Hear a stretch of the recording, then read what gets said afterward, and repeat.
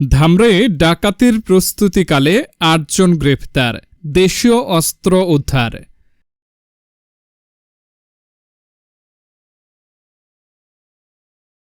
ঢাকার ধামরাইয়ে ডাকাতির প্রস্তুতিকালে ৮ জনকে গ্রেপ্তার করেছে ধামরাই থানা পুলিশ।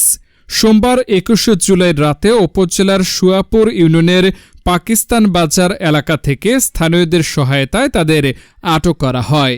এ সময় তাদের সঙ্গে থাকা আরও ৬ জন সহ অজ্ঞাত ৮-১০ জন পালিয়ে যায়। পুলিশ জানায়, গ্রেপ্তারকৃতদের কাছ থেকে দেশীয় ধারালো অস্ত্র উদ্ধার করা হয়েছে।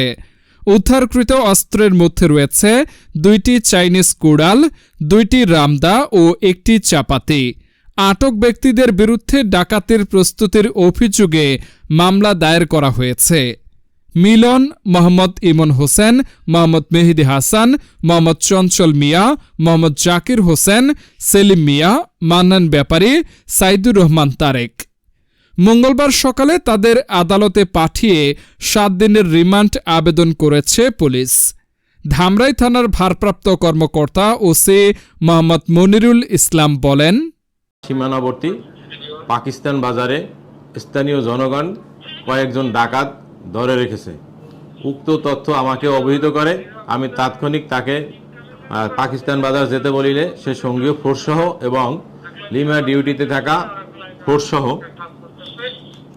সে ঘটনাস্থলে যায় এবং গিয়ে দেখতে পায় স্থানীয় জনতা ৮ জন লোককে ডাকাত হিসেবে আটক করে এবং তাদেরকে কম বেশি মারধর করে এবং উক্ত আসামিদের কাছ থেকে